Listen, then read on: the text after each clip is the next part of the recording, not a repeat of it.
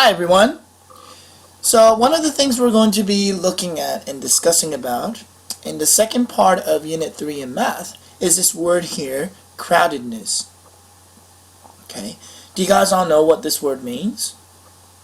Well, maybe before we start talking about what the word crowdedness means, let's try to find some small words which are hiding in the word crowdedness.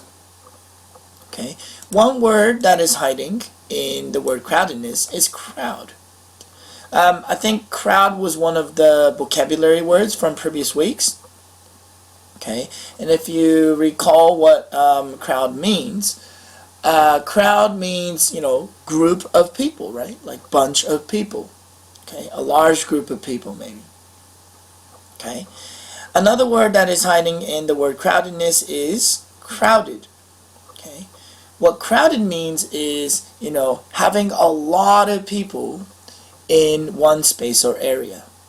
Okay, so when there's a lot of people, let's say in one car of a train, okay, you can say that car is very crowded because there's a lot of people in that car.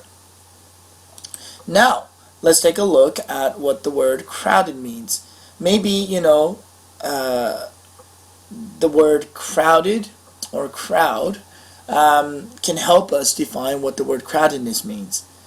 Well, crowdedness means, how crowded a certain area or space is. So we're talking about, how many people are there really in that space or area that we're talking about. Okay.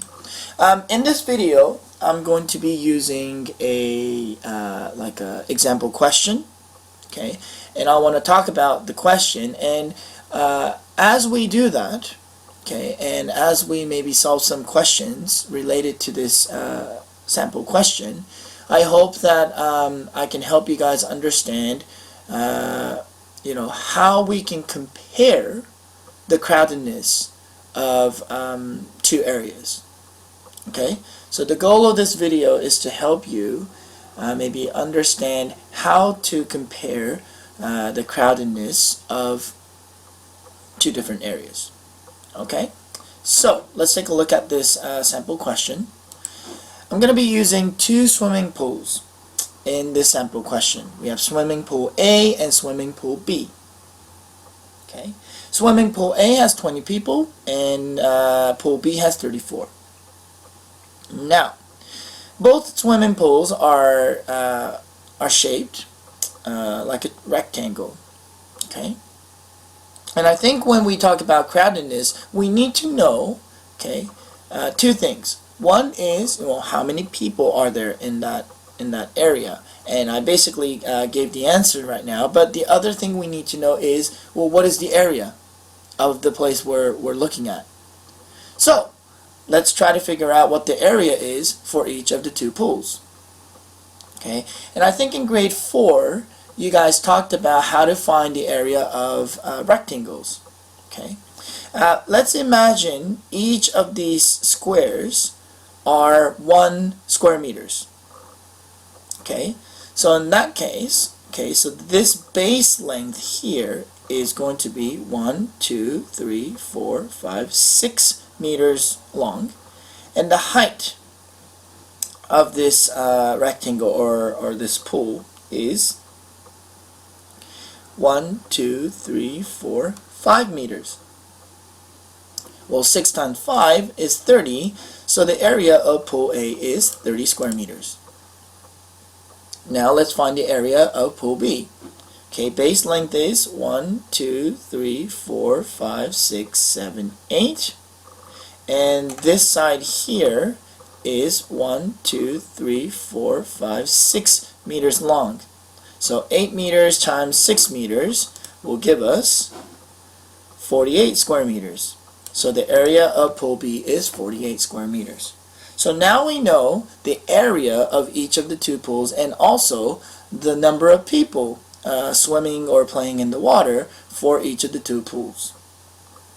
Now, just using the data or information we have now, can we make a conclusion about which pool is more crowded? Which pool is more crowded?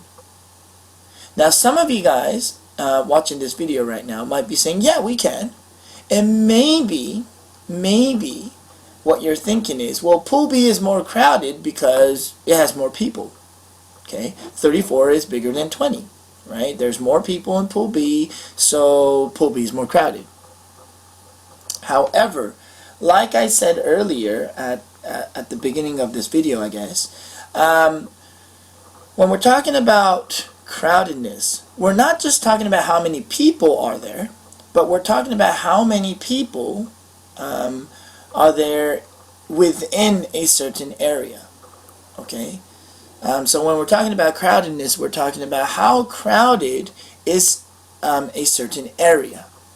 Okay, so area actually plays a very important role. Area is very, very important when we're trying to think about how crowded an area is, and especially when we're comparing the crowdedness of two or more places or areas.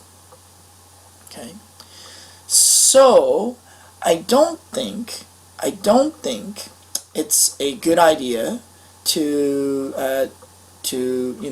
make the conclusion that pool B is more crowded based on just the number of people, okay, swimming in pool B and pool A. Okay, we also need to take in consideration the area or the size of the pool. Okay, so well then, how do we really go about comparing the crowdedness of each of the two pools and decide which pool is more crowded? Well, how about this? Mr. Yu's got an idea. How about we figure out, okay, how much space, okay, how much, I guess, area each person from each pool will get if the total area was divided equally to each of the people swimming in each of the two pools. So what do I mean by that? Well, let's look at pool A, for example. So pool A's area is 30 square meters. Now let's imagine, okay, if this 30 square meters area was divided equally to the 20 people swimming or playing in the water at pool A, okay, how much space, how much kind of personal space would each person get? Well, how do we figure that out?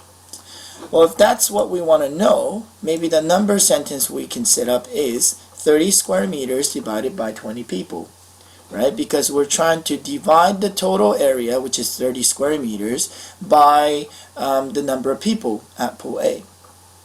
Okay, and I could do this using pencil and paper, and I think that's a great way to solve this number sentence. But just for the sake of time, I'm going to take out my calculator and I'm going to solve 30 divided by 20 using this calculator.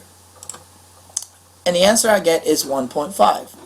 Okay, so 30 square meters divided by 20 people equals 1.5. Now, what does this 1.5 mean? Okay, so let's again think about the number sentence that we just solved. So we have 30 square meters, okay, which is the total area, and we divide it by 20 people. Okay, so what we're trying to, the answer here is telling us how much space, right, how much area each person will get. So this 1.5 means 1.5 square meters for each person, right? And another word we can use instead of for each is per, which is also one of the words used in the title for Unit 3, right? Because the title of this unit is measurement per unit quantity, per, okay, for each.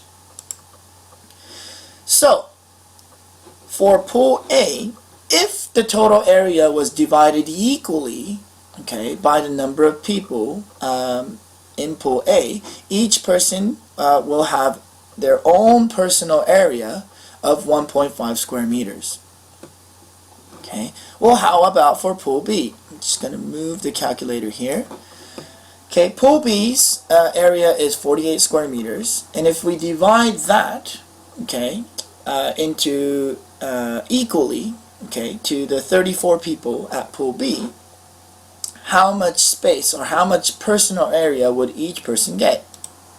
Well, the number sentence we want to use to figure that out is 48 square meters divided by 34 people, right? Now, again, I'm just going to use my calculator to solve that. 48 divided by 34 equals. Alright, so I'm getting the number that is a little bit bigger than 1, right? Now, the decimal part here is quite long. Okay, so maybe one way I can make this number a little bit more simple is by rounding this number. And I'm going to round to the nearest 10th place. Okay, and if I round this number to the nearest 10th place, I will get 1.4. Okay, and what does that number mean? I'm just going to move this calculator over here, sorry. What does that number mean? Well, that means 1.4 square meters per person, right?